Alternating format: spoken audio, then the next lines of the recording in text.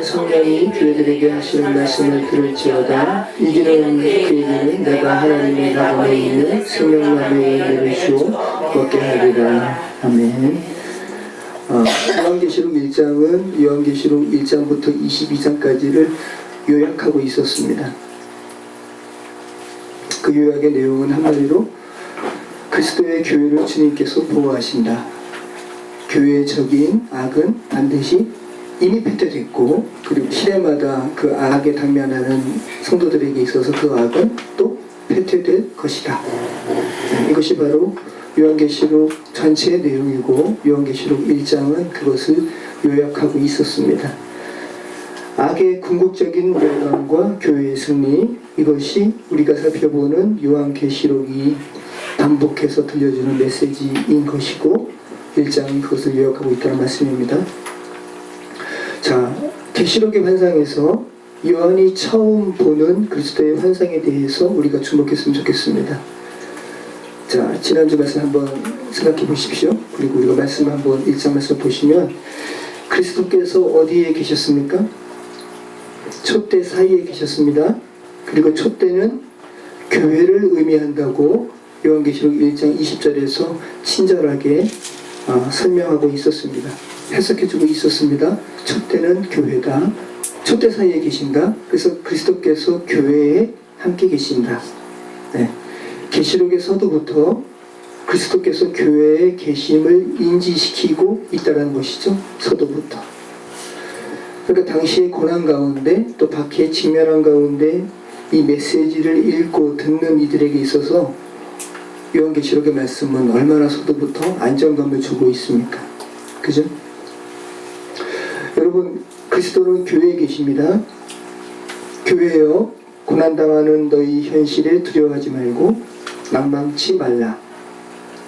너희의 진정한 현실은 악을 이미 심판하신 그리스도께서 오른손에 너희를 붙들고 계시는 것이 너희의 현실이다 라는 것을 말씀하고 있다는 것이죠. 자, 지난주 말씀에 또 특별한 부분이 있었는데, 처음이요 나중 되시는, 이것은 하나님의 신성을 말씀하시는 그런 내용인데 이사야서에서 가장 먼저 나온 말씀입니다. 자, 이사야서에서 나오는 하나님의 신성을 드러내는 처음이요 나중이다 라는 이 말씀을 요한계시록에서 하나님에게 2번, 또 똑같이 예수 그리스도께 2번 이렇게 수식하고 있었습니다. 하나님을 수식하고 예수님을 수식하는 부분에 있어서 처음이요 나중이다. 자, 계시록 1장 8절 한번 볼까요? 같이 한번 읽겠습니다. 주 하나님이 이르시되 나는 알파와 오메가라, 이제도 있고 전에도 있었고 장차 올 자요 전능한 자라 하시더라. 이것은 하나님을 향한 수식입니다. 그런데 이것이 계시록의 서두죠. 자, 결말부에서 또 하나님께 대하여 똑같이 수식하는 것이 있습니다. 계시록 21장 6절. 또 내게 말씀하시되 이루었도다. 나는 알파와 오메가요 처음과 마지막이라. 내가 생명수 생물을 목마른 자에게 값없이 주리니. 네, 하나님을 향해서 수식하는 말이라고요. 처음과 나중이다. 그런데 계시록에서는 예수 그리스도께도 똑같이 서두에 한번, 결말에 한번 하나님처럼 똑같이 사용하고 있다는 것이죠. 계시록 1장 17절. 내가 볼 때 그의 발 앞에 엎드려져 죽은 자같이 되매 그가 오른손을 내게 얹고 이르시되 두려워하지 말라. 나는 처음이요 마지막이니. 이것은 하나님께 대하여 수식하는 것이 아니라 예수 그리스도께. 자, 근데 똑같이 또 결말부인 요한계시록 22장 12절에는 하나님이 아닌, 물론 성삼위 하나님이시죠. 그런데 성부, 성자, 성령 이렇게 구분할 때 성자 예수 그리스도께 또 처음이요 나중이요 라는 말이 나오죠. 계시록 22장 12절입니다. 보라, 내가 속히 오리니 내가 줄 사람이 내게 있어 각 사람에게 그가 행한 대로 갚아주리라. 나는 알파와 오메가의 처음과 마지막이 시작과 마침이라. 네, 아무리 생각을 해도 굉장히 중요한 부분입니다. 요한계시록에서 예수 그리스도께 대하여 강조하는 부분이 있습니다. 예수 그리스도께서 누구시라는 거예요? 하나님이시라는 거예요. 네. 하나님을 향한 수식어인 처음과 나중이라는 말을 똑같이 서두와 결말부에서 예수 그리스도께 똑같이 중복해서 사용하고 있다는 것은 이 글을 읽는 이로 하여금 예수님께서 하나님이심을 너희 알아라 라는 것을 강조하고 있다는 것이죠. 자, 요한계시록은 사도 요한이 썼죠? 네. 자, 사도 요한이 또 쓴 글이 뭐죠? 복음서 중에서 요한복음. 자, 요한복음에서 자, 각각의 복음서는 예수님을 저마다 다르게 주장하는 바가 다르다고 그랬습니다. 마태복음은 예수님을 누구로 증언합니까? 왕으로 증언합니다. 마태복음은. 누가복음은 사람의 아들로, 사람으로 증언하는 것이 누가복음이에요. 마가복음은 예수님을 종으로, 종으로 하나님께 이렇게 순종하셔서 인간을 구원하시는 종으로, 기꺼이 낮아지신 종으로 그렇게 증언하죠. 요한복음은 예수님이 하나님이시다. 그래서 물이 포도주로 변하는 사건, 죽음을 극복하는 사건, 7번인가요? 그렇게 이적이 나타나죠. 예수님의 신성, 하나님 되심을 강조하고 있었는데 그 사도 요한이 요한계시록에서도 똑같이 강조합니다. 예수님은 하나님이시다. 자, 우리를 위하여 죽임 당하신 어린 양 예수님께서 하나님이시다. 그 예수님은 살아있는 자여 전에 죽었었도다라고 요한계시록에서 이야기하죠. 또 그 예수님은 사망과 음부의 열쇠를 가지신 분이시다. 계시록 1장 18절의 말씀이죠. 자, 우리 같이 한번 읽어볼까요? 곧 살아있는 자라 내가 전에 죽었었노라. 볼지어다 이제 세세토록 살아있어 사망과 음부의 열쇠를 가졌노니 그러므로 내가 본 것과 지금 있는 일과 장차 될 일을 기록하라. 내가 본 것은 내 오른손에 7별의 비밀과 또 7 금촛대라. 7별은 7교회 사자요 7 촛대는 7 교회이라. 자, 하나님이신 예수 그리스도께서 저와 여러분을 지금 오른손으로 붙들고 계시다는 거죠. 얼마나 요한계시록을 읽는 당대 교회들에게 힘이 되었을까요? 그리고 그것은 오늘날 저와 여러분에게도 마찬가지라는 말씀이죠. 자, 오늘부터 소아시아 교회의 7교회에 보내는 편지의 내용을 살펴보도록 하겠습니다. 앞글자만 따시면 여기가 편해요. 에서보두, 사빌라 이렇게 외우시면 편하죠. 에베소, 서보나, 버가모, 두아빌라, 사데, 빌라델피아, 라오디게아 이렇게 7개 교회인데 자, 이 7교회의 성격을 우리가 어떻게 봐야 된다고 그랬습니까? 이 7교회는 소아시아에 있는 7교회는 당시에 소아시아에 7교회보다 더 많이 있다고 했습니다. 골레스 교회도 있고 일부러 완전 수인 7이라는 수에 맞춰서 모든 교회에게 시대와 장소를 초월해서 모든 교회에게 보내는 편지임을 강조하기 위해서 7이라는 수를 사용하고 있다고 했습니다. 자, 세대주의자들은 이 7교회를 세대로 표현합니다. 초대교회부터 마지막 교회 마지막 시대까지 연대기적으로 구분하고 있다는 거죠. 근데 전혀 성경적인 근거는 없습니다. 그냥 그들이 그렇게 해석한다는 거예요. 그래서 에베소 교회를 사도교회로, 초대교회 사도교회 시대로 구분하고 서머나 교회를 초기에 박해받는 교회 시대로 구분합니다. 그리고 버가모 교회를 로마가 교회를 공인하는, 그죠? 콘스탄티노플의 313년 이후의 시대로 구분하고요.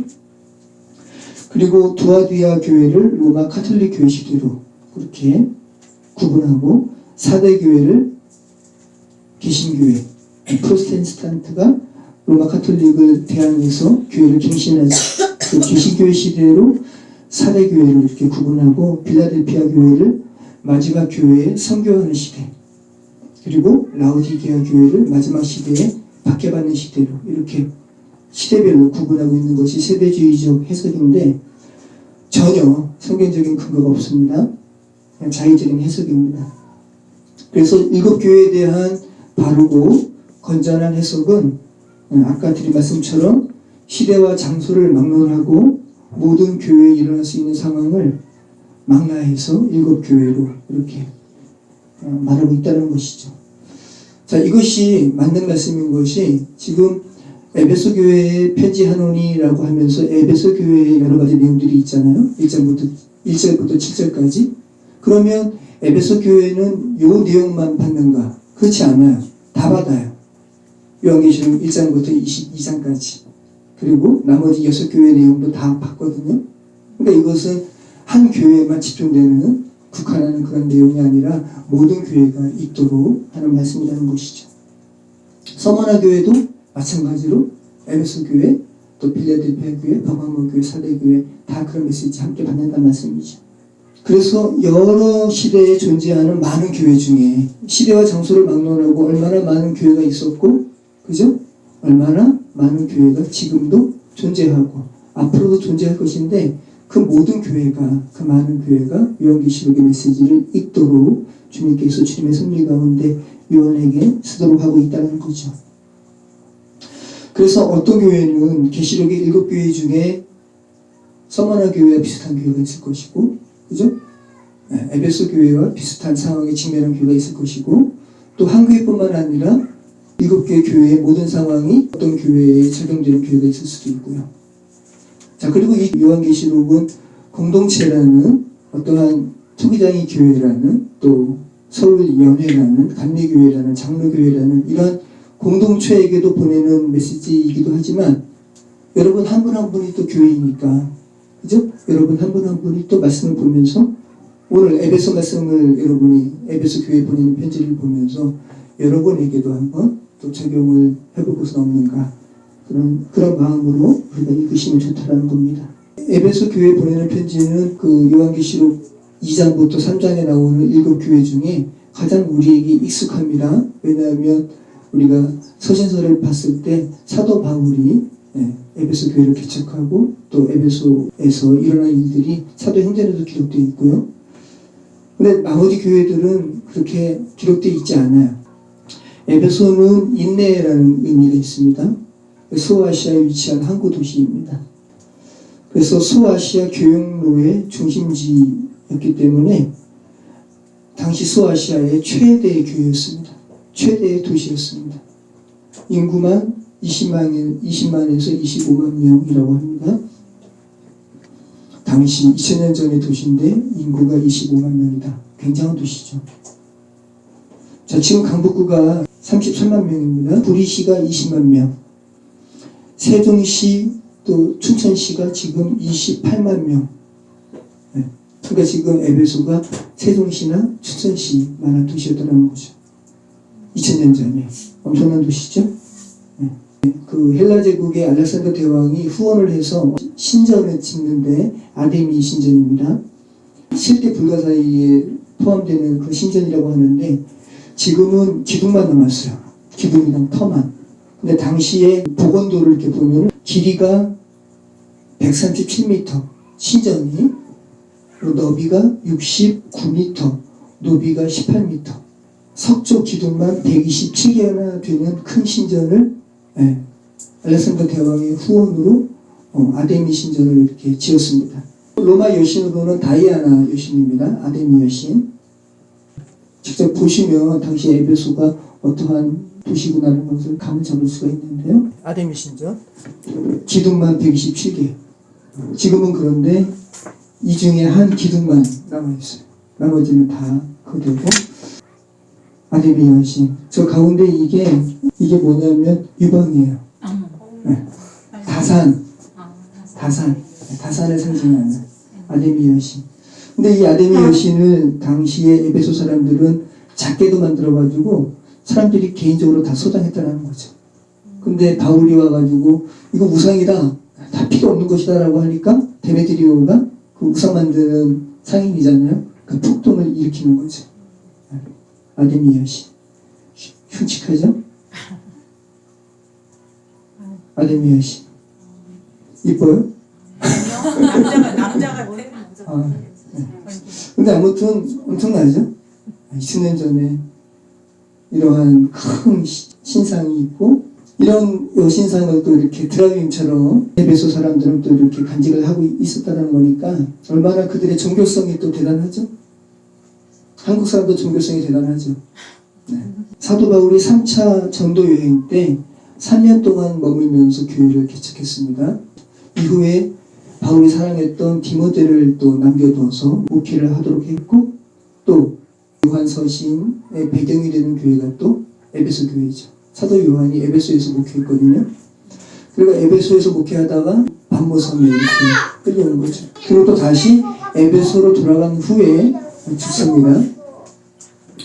아까 드린 말씀처럼 에베소 사람들은 한마디로 종교성이 뜨거운 사람이었습니다. 자, 우리 한번 잠시 분위기를 한번 볼까요? 사도행전 19장 24절, 사도 바울이 3차 전도 여행 때 어떻게 복음을 증거했는지, 또 에베소가 우리가 그냥 읽었을 때는 그냥 그런가 보다 하는데, 우리가 한번 사진을 보니까 당시의 분위기를 좀 파악할 수가 있을 것 같죠? 아까 제가 말씀드린 부분인데, 자, 즉 대회에 드리우라 하는 어떤 은장식이 은으로 아도니의 신상 모형을 만들어 직공들에게 적지 않은 거리를 행하다니, 그가 그 직공들과 그러한 영업하는 자들을 모아 이르되, 여러분도 알거니와 이의 풍족한 생활이 이 생업의 인일에 이 바울이 에베소뿐 아니라 거의 전 아시아를 통하여 수많은 사람을 권유하여 말하되, 사람의 손으로 만든 것들은 신이 아니라 하니 이는 그들도 보고 들은 것이나, 우리의 이 영업이 천하해질 위험이 있을 뿐 아니라 큰 여신 아데미 신전도 무시당하게 되고 온 아시아와 천하가 위하는 그의 위험으로 떨어질까 하더라. 그들이 이 말을 듣고 분노가 가득하여 외쳐 이르되, 크다 에베소 사람의 아데미여 하니, 온 시내가 요란하여 바울과 같이 다니는 마게도냐 사람 가이오와 아리스다고를 붙들어 일제히 연극장으로 달려 들어가는지라. 네. 사도행전 19장 30절 우리 같이 한번 읽어보겠습니다. 바울이 백성 가운데로 들어가고자 하나 제자들이 말리고, 또 아시아 관리 중에 바울의 친구된 어떤 이들이 그에게 통지하여 연극장에 들어가지 말라 권하더라. 사람들이 외쳐 어떤 이는 이런 말을, 어떤 이는 저런 말을 하니 모인 무리가 분란하여 태반이나 어찌하여 모이는지 알지 못하더라. 유대인들이 무리가 오면서 알렉산더를 권하여 앞으로 밀어내니 알렉산더가 손짓하며 백성에게 분명하게 하니, 그들은 그가 유대인인 줄 알고 다 한 소리로 외쳐 이르되, 크다 에베소 사람의 아데미야 하기를 2시간이나 하더니, 서기관이 무리를 진정시키고 이르되, 에베소 사람들아, 에베소시가 큰 아데미와 제우스에게서 내려온 우상의 신전 지기가 된 줄을 누가 알지 못하겠느냐. 네.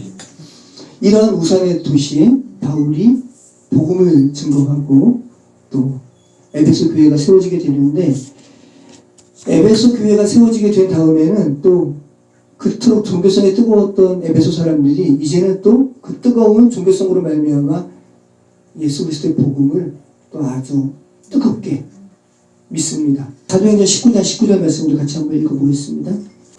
자, 마술을 해하던 사람들이 지금 마술치가 다 태워버리는 건데, 왜 태워버려요? 이들 안에 복음이 들어갔기 때문에. 또 마술을 행하던 많은 사람이 그 책을 모아가지고 와서 모든 사람 앞에서 불사하니 그 책값을 계산한즉 은 5만이나 되더라. 네. 자, 은 5만이 얼마 될까요? 그러니까 우리가 이런 거를 안 살펴보면 그냥 그런가 보다 하는데, 살펴보면 여러분의 체감적으로 확 옵니다. 자, 우리말 성경이 있는데 5만 드라크마로 번역했습니다. 은 5만. 이 드라크마가 헬라의 은화입니다. 은 동전. 그런데 헬라 화폐죠. 그리스 화폐인데 로마의 데나리온과 동일한 그런 가치입니다. 1데나리온이 노동자의 하루 품삯이라고 했죠. 그러면 1드라크마는 노동자의 또 똑같이 하루 품삯. 그죠? 그래서 8만 원으로 현대가치로 환산해서 노동자 하루 품삯 8만 원으로 환산한다면 5만 드라크마는 얼마일까요? 45개. 45. 코페 보세요. 45.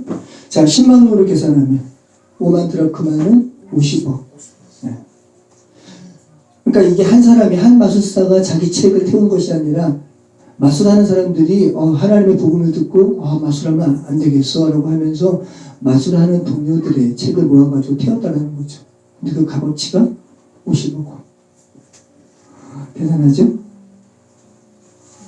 그러니까 이들이 영원한 생명이 무엇인지 알게 되고요. 그죠? 아, 영원한 생명의 값이 이 50억 원 값어치의 책보다 훨씬 더하다구나라는 것을 알고, 기꺼이 태웠다라는 거예요.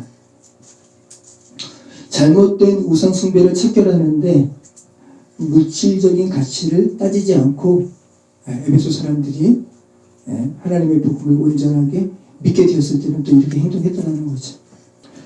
자, 계시록 2장 1절 같이 읽겠습니다. 에베소 교회 사자에게 편지하라. 오른손에 있는 7배를 붙잡고 7 금촛대를 거니신 이가 이르시되. 지금 에베소 교회에 편지하고 있습니다. 에베소 교회 사자에게 편지하라. 쓰라라는 말이거든요. 그랍손 써서 보내라라는 말입니다. 써서 보내라라는 관용적인 말인데, 자, 지난번에 우리가 요한계시록 1장에서 우리가 살펴봤는데, 구약 예언서에서는 예언자의 권위를 실어주기 위해서 하나님께서 뭐라고 말씀하시냐면 가서 전하라 라고 그랬죠. 그거랑 똑같은 그런 하나님의 메시지를 증거하는 자의 권위를 내세우는 말입니다. 요한계시록에서는 써서 보내라. 누가 써서 보내라고 명령했다는 거죠? 하나님이, 예수님이. 그만큼 이 편지는 권위가 있다라는 것을 지금 강조하고 있는 표현이라는 겁니다. 자, 7 금촛대는 우리가 아까 살펴본 것처럼 1장 20절에서 7 교회로 해석하고 있습니다. 자, 여기에서 추가된 유일한 특징은 그리스도가 촛대 사이에 다니신다. 촛대 사이에 계신다가 아니라 다니신다. 그러니까 7 교회를, 하나님의 교회, 그리스도의 교회를 주께서 돌보신다. 관심 갖고 계신다.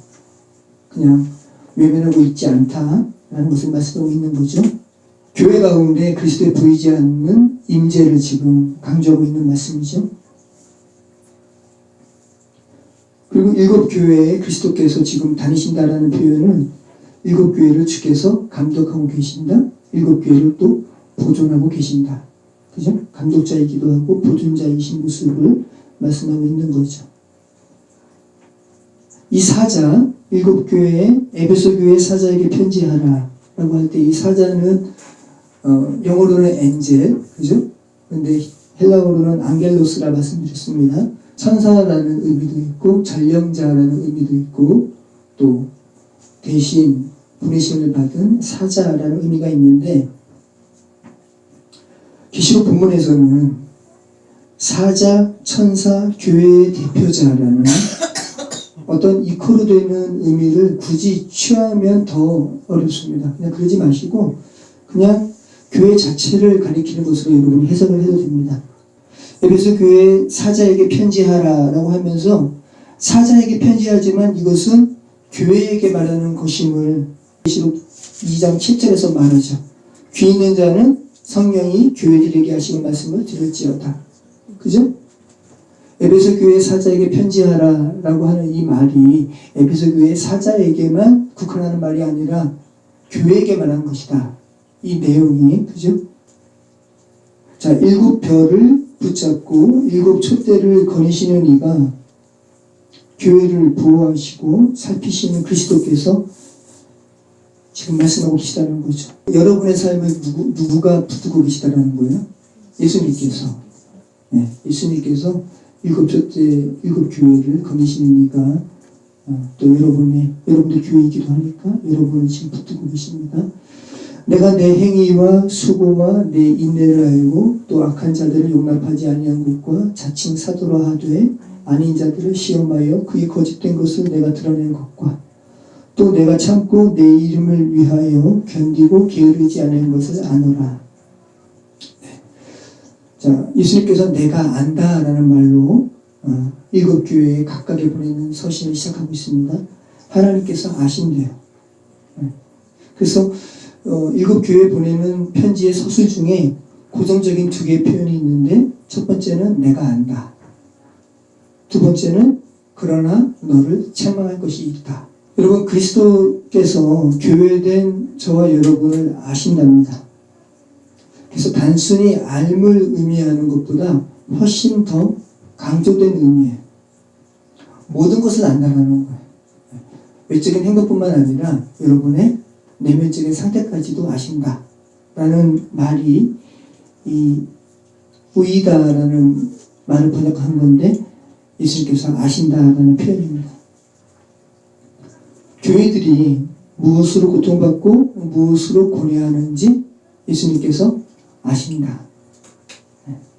자, 그러면서 예수님께서 아신다라고 하면서 칭찬하거든요. 무엇을 칭찬합니까? 그의 행위를 내가 칭찬한다. 그리고 수고를 칭찬하고 내 인내를 칭찬한다. 또 악한 자들을 용납하지 아니한 것들을 칭찬하고 자칭 사도라 하되 아닌 자들을 시험하여 거짓된 것들을 드러낸 것을 내가 칭찬한다. 내가 참고 내 이름을 위하여 견디고 게으르지 아니한 것을 내가 안다라는 말이죠. 하나님께서 예수님께서 인정하신다는 말씀. 이 에베소 교회는 그렇게 종교성이 강한 우상 숭배자들이었지만 하나님의 복음을 온전히 깨달은 후에는 그리스도의 복음을 온전히 깨달은 후에는 황제 숭배라는 이러한 고난에서도 이들은 그 고난을 감내했고요. 그리고 거짓 사도들도 교회에서 축출하는 이런 아주 훌륭한 그런 신앙인의 모습을 지닌 교회가 에베소 교회였습니다. 4절 말씀. 그러나 너를 책망할 것이 있나니 너의 처음 사랑을 버렸느니라. 자, 처음 사랑을 버렸답니다. 복음을 알게 된 후에 50억이나 되는 그런 가치를 지닌 책들도 과감히 버릴 수 있었던 에베소 교인들의 이 신앙은 사도 요한의 말년에 와서는 냉랭한 모습으로 변질되었다는 거죠. 그 이유가 있는데 이유는 뭐냐면 지금 예수님께서 칭찬한 부분과도 연결이 됩니다. 에베소 교회에 침투한 거짓 교사들을 분별하고 축출했거든요. 이러한 축출하는 과정 가운데 이들이 그 복음으로 말미암은 그들의 어떤 뭐라 그럴까요? 그것이 하나의 법이 돼가지고 아주 냉랭해졌다는 거죠. 사람들을 판단하고 배격하는 그런 차가운 모습이 있었다는 겁니다. 에베소 교회 성도들은 영지주의 이단에 대한 교리적 승리가 사람을 대하는 냉랭함으로 변질됐다는 거예요. 자, 여기 말씀 보면은 그러나 너를 책망할 것이 있나니 너의 처음 사랑을 버렸느니라. 잃어버린 것이 아니라 버린 거예요. 그죠? 잃어버린 것과 버린 것은 다르죠. 잃어버린 것은 부지 중에 그냥 잃어버린 거죠. 그런데 버린 것은 의지적으로 버린 거. 자기가 인지하고 의도적으로 버린 것이란 말씀입니다. 그리스도의 은혜로 인한 감격보다 교리화되고 지식화된 자신의 신앙 지식이 우선되어서 구원의 감격, 처음 사랑을 기꺼이 버리고 냉랭하고 완고한 자신의 태도를 취했다는 거죠. 처음 사랑, 첫사랑이라고 이야기 많이 하는데 여러분 물리적인 신앙의 뜨거움이라는 시기를 말한다기보다 최고의 사랑을 이야기하는 거예요. 최고의 사랑. 하나님과 관련돼서 여러분이 하나님께 최고의 사랑을 느끼는 적이 어떤 적이에요? 어떤 때 그렇게 최고의 사랑을 느껴요? 하나님에 대한. 여러분의 전적인 타락을 인지할 때. 그래서 여러분 스스로는 구원받을 수 없음을 처절히 깨닫고 절망할 수밖에 없을 때 그리스도의 복음이 하나의 빛으로 여러분께 다가오죠. 이 순간이 처음 사랑의 순간이죠. 얼마나 감격적입니까? 중생에 깨끗하게 씻음 이런 시기일 수도 있고요. 그죠? 거듭남의 순간인 거죠. 그런데 점차 매너리즘에 빠지게 되고 신앙이 교리화되고 고착화될 때 이제 거듭남의 그런 감격은 상실되고요. 그죠? 딱딱하게 굳어진 채 다른 이들을 판단하죠. 예수님께서 지금 영지주의의 폐해를 배격하는 가운데 어떤 중도를 지키지 못하고 처음 사랑마저 버린 채 냉랭하게 된 에베소 교인들을 지금 책망하고 있다는 거예요. 자, 5절 말씀 같이 읽겠습니다. 그러므로 어디서 떨어졌는지 생각하고 회개하여 처음 행위를 가지라. 만일 그러하지 아니하고 회개하지 아니하면 내가 내게 가서 내 촛대를 그 자리에서 옮기리라. 그러면서 예수님께서 지금 세 가지를 이야기합니다. 생각하고 회개하고 행동하라. 네. 어디서 떨어졌는가를 너 생각하라. 네. 기억을 더듬어 보라. 회상하라. 이 부지 중에 잃어버린 것이 아니라 자기가 의지적으로 버린 것이기 때문에 생각하면 그때를 알게 된다는 것이죠. 그리고 회개하여, 메타노에오란 말인데 마음을 바꾸는 겁니다. 뉘우치는 거예요. 회개하라. 그리고 처음 행위를 가지라. 만일 그러하지 아니하고 회개하지 아니하면 내가 내게 가서 내 촛대를 그 자리에서 옮기리라. 너 촛대를 옮길 거야 라는 말은 너의 교회됨이, 그죠? 이게 지금 어떤 부분인 거예요? 그럼 보세요 여러분. 촛대가 교회를 의미한다는 것을 상기한다면 촛대를 옮긴다는 것은 교회의 정체성이 사라짐을 의미하는 것이죠. 지금 보세요. 교회됨에 대해서 여러분 생각할 필요가 있는데 그리스도에 대한 은혜를 상기함이 없이 여러분 자신의 지식을 고착화하고 여러분 자신을 드러내면서 여러분이 다른 사람을 함부로 판단하고 배격한다면 이미 여러분은 교회됨을 상실한 거죠. 여러분이 판단자가 되어서 다른 사람을 판단하고 함부로 정죄하고 사랑하는 마음이 없을 때 너희는 이미 교회가 아니지 라고 지금 말을 하고 있다는 거죠. 그 태도를 극복하면, 다른 말로 하면 그리스도의 은혜에 계속 머물러 있으면 7절 말씀처럼 하나님의 나무에 있는 생명나무의 과실을 먹게 될 것이라고 지금 말씀하고 있죠. 하나님의 나무에 있는 생명나무가 뭐예요? 이거 먹으면 영생이니까 그리스도 안에 거하게 됨을 말하고 있는 거죠. 6절 말씀 같이 읽겠습니다. 오직 내게 이것이 있으니 내가 니골라 당의 행위를 미워하는도다. 나도 이것을 미워하노라. 영지주의에 대해서 지금 말하고 있습니다. 6절 말씀. 니골라 당의 행위를 미워한다. 내가 니골라 당의 행위를 미워했다. 그런데 나도 이것을 미워한다. 이것도 격려하는 말씀이죠. 니골라는 수리아의 안디옥 출신입니다. 니골라라는 사람은 헬라 출신의 또 유대인을 신봉한 사람, 그리고 나중에 또 복음도 받아들이게 된 사람입니다. 헬라파 사람들 중에 7명의 집사를 세우죠. 그 중에 한 사람입니다.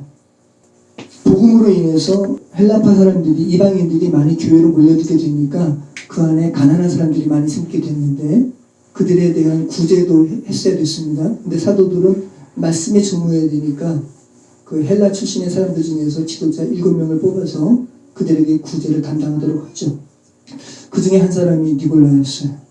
자, 우리 같이 한번 읽어보겠습니다. 사도행전 6장 1절로 5절입니다. 그때 제자가 더 많아졌는데 헬라파 유대인들이 자기의 과부들이 매일의 구제에 빠짐으로 히브리파 사람을 원망하니 엿도 사도가 모든 제자를 불러 이르되 우리가 하나님의 말씀을 제쳐놓고 적대를 일삼는 것이 마땅하지 아니하니 형제들아 너희 가운데서 성령과 지혜가 충만하여 칭찬받는 사람 7을 택하라. 우리가 이 일을 그들에게 맡기고 우리는 오로지 기도하는 일과 말씀 사역에 힘쓰리라 하니 온 무리가 이 말을 기뻐하여 믿음과 성령이 충만한 사람 스데반과 또 빌립과 프로고로와 니가네로와 디몬과 바메나와 유대교에 입교했던 안디옥 사람 니골라를 택하여. 그죠? 자, 근데 흥미로운 것은 참 성경이 이렇게 성령의 감동으로 이렇게 써진 것이 맞는 것 같아요. 특별히 니골라에 대해서 니골라가 어떤 배경을 가지고 있는지 니골라만 지금 설명하고 있죠. 다른 6명은 그들의 배경에 대해서 설명하지 않잖아요. 니골라는 어떤 사람이라고 이야기합니까? 유대교에 입교했던 안디옥 사람 니골라. 그죠? 안디옥 사람 니골라, 헬라 사람이라는 것이고 아데미 여신을 숭배하는 사람이었는데 유대교에 입문했다는 거예요. 그런데 그 니골라가 헬라인이기도 하면서 유대교를 믿는 사람, 그들이 또 초대교회의 7 집사 중에 한 사람으로 간택되었다는 것은 이가 또 그리스도의 복음도 수용하게 되었다는 거죠. 이 사람의 어떠한 그 지식적인 것을 본다면 헬라 지식도 있고요. 그죠? 또 유대교적인 구약의 지식도 있고 그 다음에 복음도 있죠. 여러 가지가 이 사람 안에 지금 들어와 있는 겁니다. 이 사람이 니골라파의 효시가 되었을 것이라고 이레니우스도 이야기하고요. 어거스틴도 그렇게 이야기합니다. 자, 니골라파의 주장에 대해서 제가 몇 가지 말씀드릴게요. 그러니까 영지주의입니다. 그러니까 여러분 지식적으로 여러분이 교만할 수 있다는 거예요. 사람들은 그렇게 될 수 있다는 겁니다. 영적으로 고양될 수 있다는 것이고 이단적인 그러한 모습으로 변질될 수 있다는 것이죠. 지금 니골라가 그렇게 된 것을 이야기하는 거예요. 자, 니골라파가 이렇게 주장합니다. 세상은 최고의 신이 지은 것이 아니라 낮은 신. 그래서 이 낮은 신이 물질 세계를 창조했다. 그래서 이 낮은 신은 구약의 여호와 하나님이다. 자, 두 번째는 구약 성경은 그죠? 여호와 하나님을 드러내는 그런 말씀이죠. 구약 성경은 자기들이 최고의 신에게 받은 신령한 지식보다 낫다. 영지주의는 지식으로 이렇게 고양되면 이것이 구원에 이른다라고 이야기하는 것이니까. 자, 그럼 예수님은 누구의 아들이죠? 하나님의 아들이죠. 자, 그러면 이들의 주장대로 한다면 낮은 신, 구약의 하나님의 아들인 그리스도께서 보내신 사도들보다 최고의 신의 사도들인 자기들이 더 우월하다. 자, 또 네 번째 주장은 예수 그리스도의 몸은 육신으로 세례받은 이후에 그리스도의 영이 임하게 되었고 십자가에서 달려서 죽으신 후에 그 영이 다시 떠났다. 이 영지주의의 주장입니다. 자, 다섯 번째, 물질과 제가 계속 말씀드린 거죠. 물질과 육신은 악하고 영만 선하다. 그래서 이 물질, 낮은 세계를 창조한 신이 구약의 하나님이다 라고 지금 이야기한다는 거죠. 그래서 육체는 중요하지 않기 때문에 학대를 하고 방종해도 좋다. 육체적인 쾌락에 영적으로 구원받았으니까 영적인 지식에 저희가 이르렀으니까 육체적으로는 아무렇게 행해도 되지. 그래서 영지주의의 양대 극단 중에 육체적으로 방종하는 그런 극단으로 치닫는 것이 니골라파의 주장입니다. 사람은 믿음이 아니라 자신들이 깨우친 지식에 의해서 구원받는다. 율법은 끝났으므로 법 규정에 매일 필요가 없이 자기가 원하는 대로 살 수가 있다. 이것이 초기 영지주의 니골라파의 주장이었어요. 이런 주장이 이게 지금 그리스도의 은혜와 막 섞은 거 아니에요. 율법은 끝났으므로 법 규정에 매일 필요가 없이 자기가 원하는 대로 살 수가 있다. 그죠?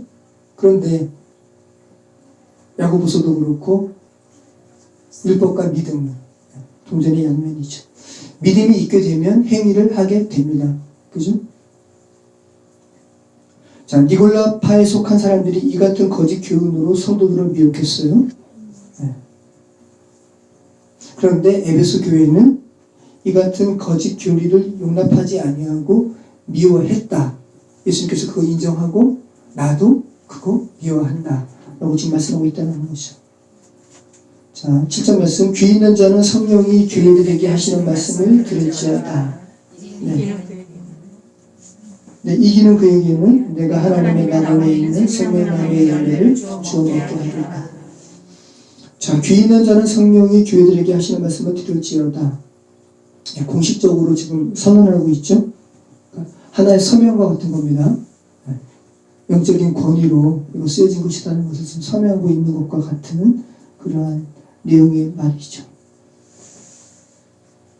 귀 있는 자들은 성령이 교회들에게 하시는 말씀을 들을지어다.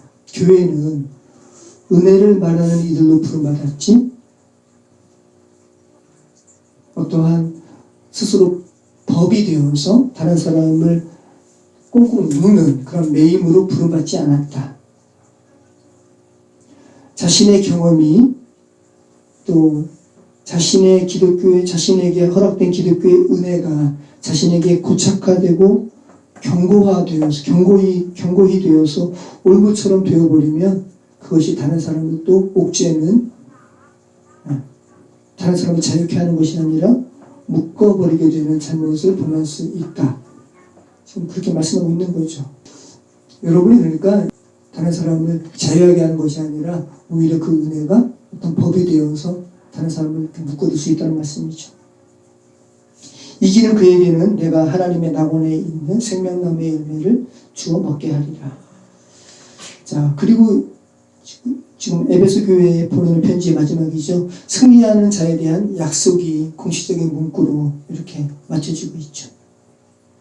하나님의 생명나무의 열매를 먹는 것은, 그죠?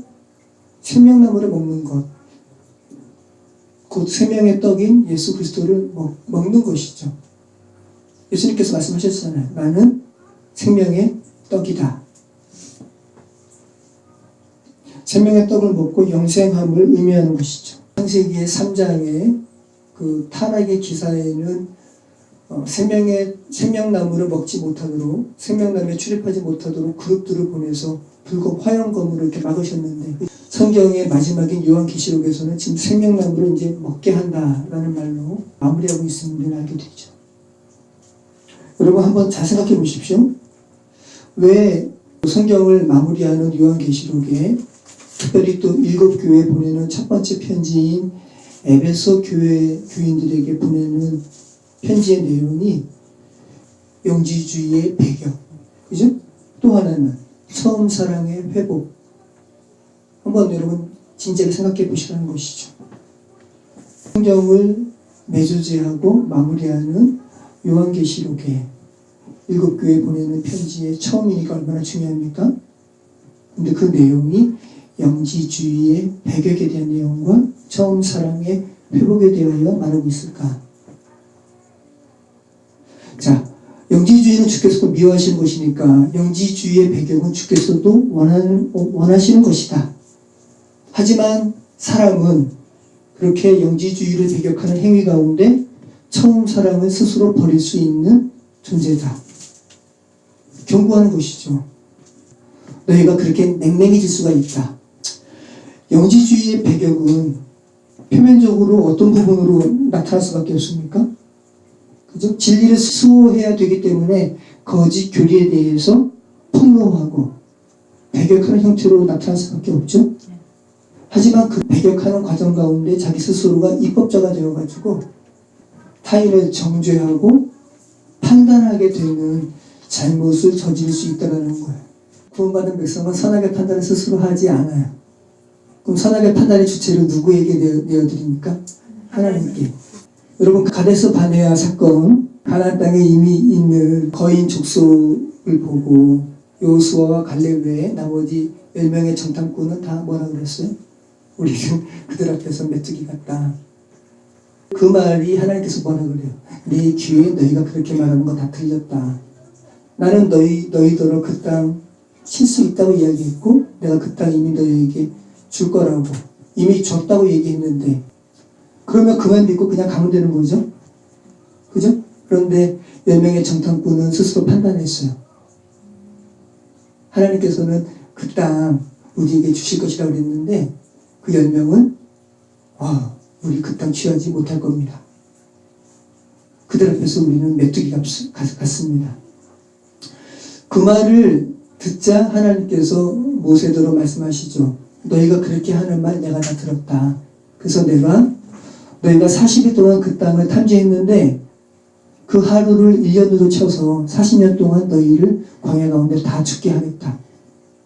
그리고 너희가 결코 들어가지 못하리라고 이야기했던 유아들 그들이 가나안 땅에 들어가게 될 것이다. 여러분 요단강 건너 가나안 땅에 들어간 것이 뭐를 얘기하는 거예요? 그것이 구원을 얘기하는 거잖아요. 구원을 상징하는 거예요. 요단강 건너 가나안 땅.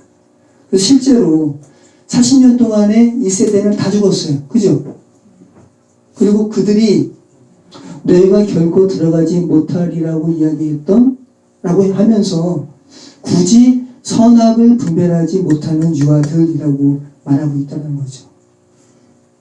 유아들을 이야기하면서 선악을 분별하지 못하는 유아들.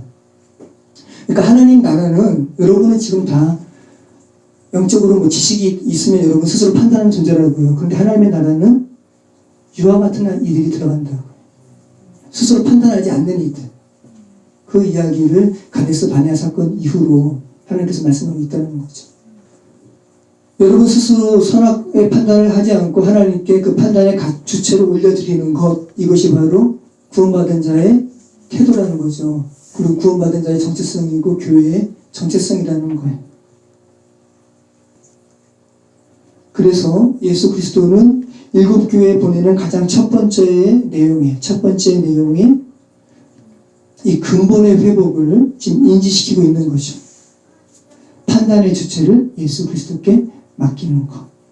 여러분이 처음 사랑의 순간, 거듭남의 순간, 중생의 새롭게 되는 순간에 정말 이런 고백이 영적으로 있어지게 된다는 거죠. 저의 판단 제가 하지 않겠습니다.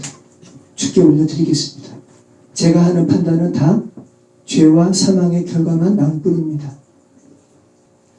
죽은 존재임을 철저히 절감하고 그리스도의 생명의 빛을 받았던 때, 처음 사랑의 때는 여러분 자신의 판단의 주체가 되려고 하는 자아가 죽은 때임을 다시 한번 기억하시기 바랍니다. 지금 그 처음 사랑의 감격을 버리신 상태라면 다시금 그 버린 때를 생각하고 돌이키시는 저와 여러분의 삶이 되시길 축원합니다. 기도하겠습니다. 참 좋으신 하나님 감사합니다.